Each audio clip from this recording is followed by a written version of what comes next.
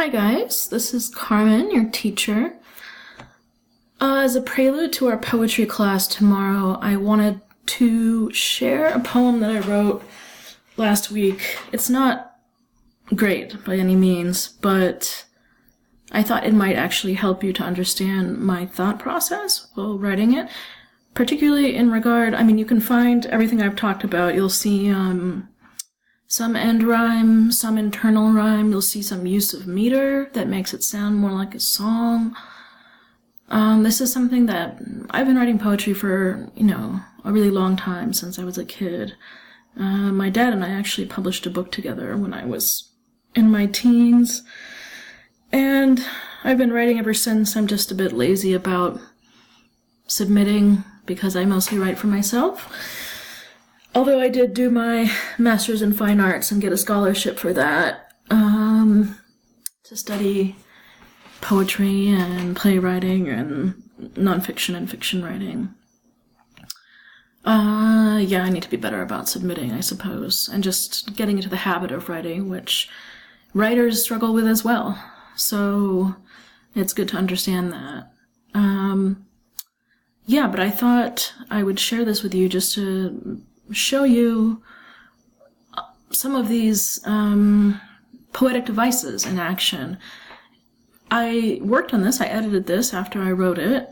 I decided that the original ending was bad and I got rid of it. Here, let me click into that screen so it's just not my voice talking. I read it when I read in my mind.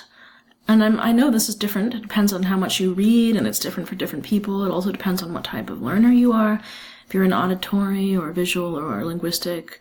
I'm a linguistic/auditory learner, and when I read in my mind, especially poetry, there's a voice that's speaking. I can hear the voice. However, this is true for everything that I read. And it really helps with poetry because it helps me to think of the sonic texture, which was what I was talking about the other day.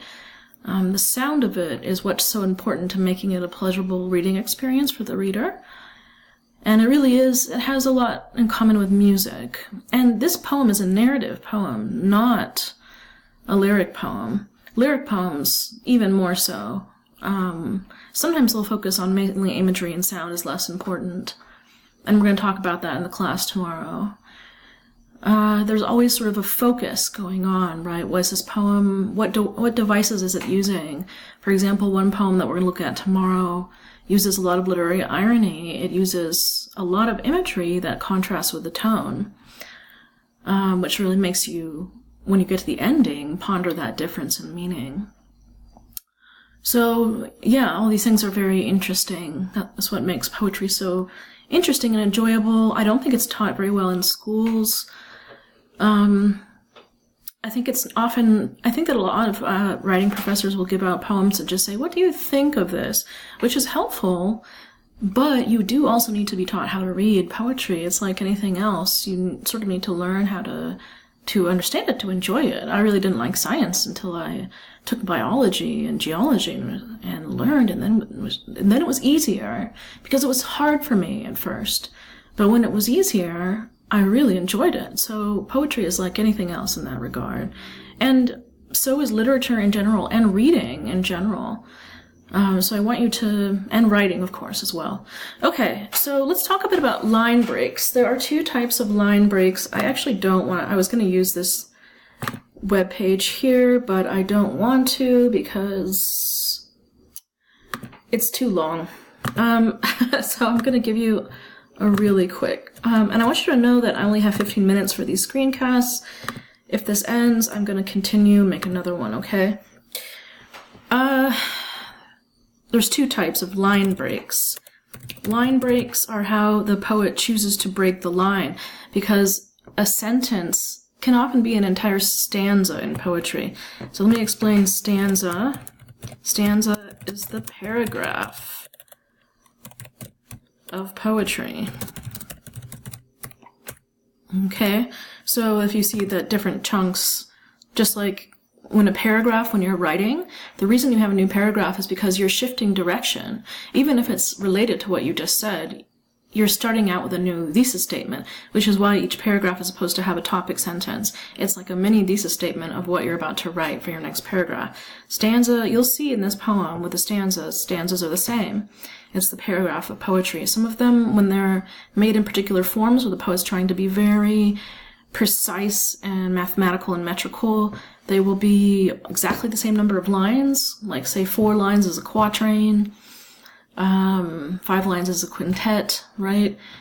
And 2 lines is a couplet, and they'll repeat that way, and they'll try to make it this approximately same number of syllables per line, because they're making it sound and look good, right? But it's not necessary in free verse poetry. So you'll see my stanzas when looking at this poem. Line breaks. There's 2 types of line breaks. There's enjambment and caesura. Okay. Stop it, caps stop. Okay. So, I'm not spelling that right. That's what it's telling me. There we go. So enjambment, caesura is easy to understand. Think of the word cease, which is where it comes from.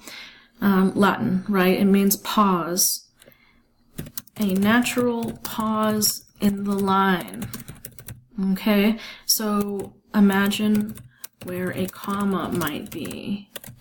Sometimes there actually is a comma, although not always. Okay? This slows down the reading of the poem, provides space for breathing and contemplation of the line you just read. Okay? Usually broken between 2 independent clauses in a sentence. Enjambment, not a natural break. Broken between, for example, an adjective and its noun, or another unnatural break. It speeds up the reading of the poem, can provide double meanings, to the line that is unnaturally broken, and gives more emphasis to the following line. Okay? Okay. I'm going to start with the poem. I know that I'm just going to read through it and then make another video, okay? This is called Fries in the Dollar Store, Tucson, Arizona.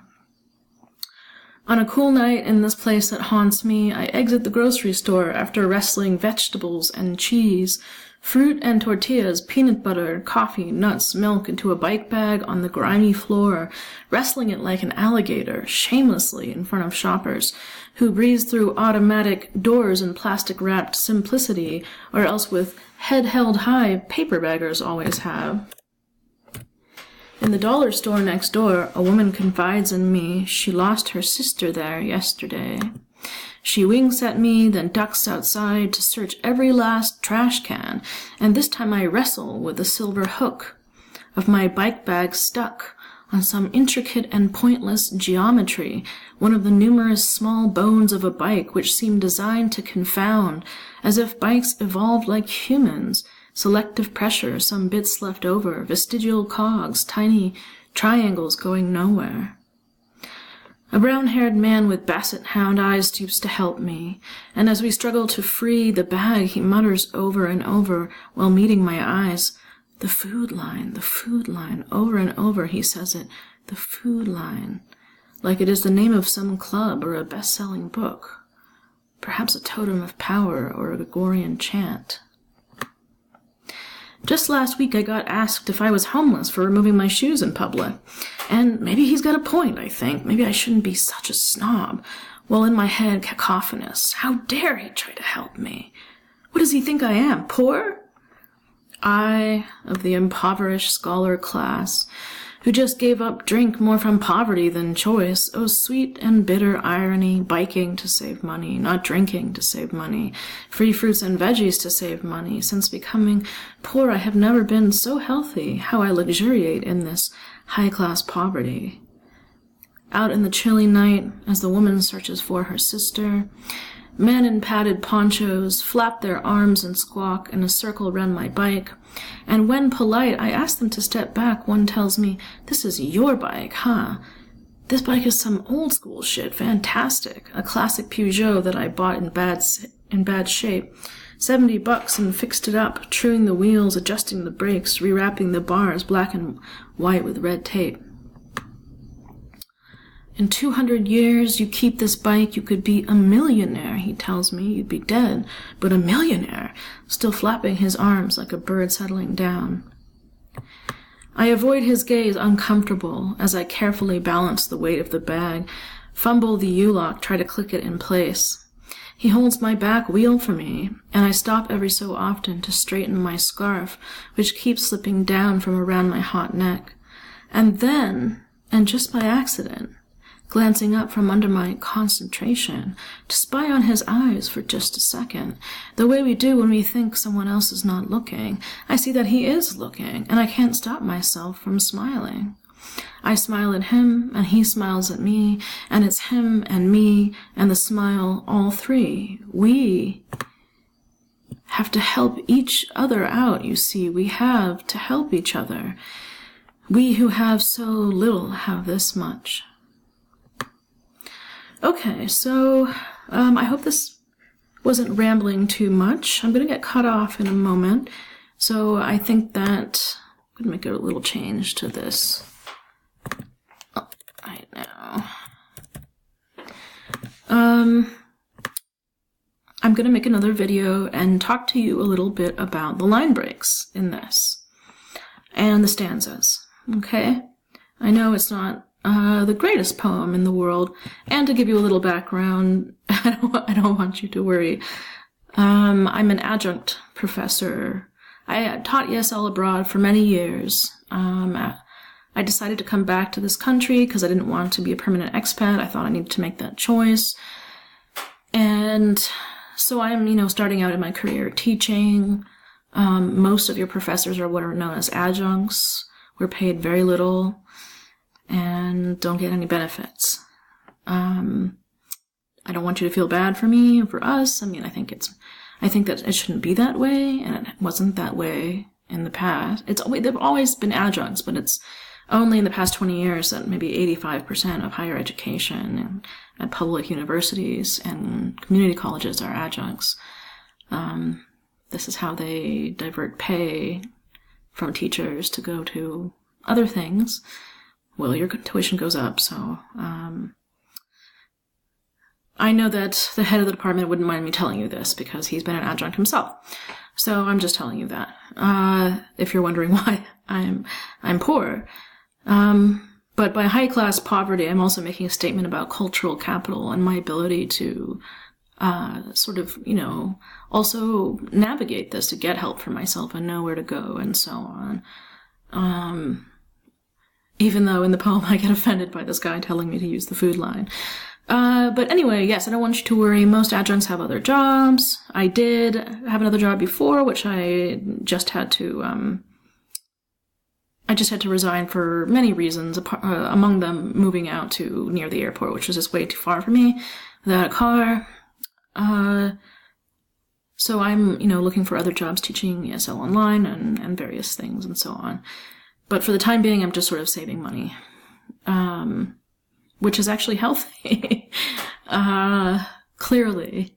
But yeah, this is about an encounter, and it's obviously a story. It's a narrative with a beginning, middle, and end. And how people from the poor community view me. I've always been a cyclist, and I've always been kind of counterculture in a sense, so they see me as one of their own. And this is about me wrestling with feeling offended and then feeling this moment of human connection. Okay, so that's enough. I'm gonna make another video.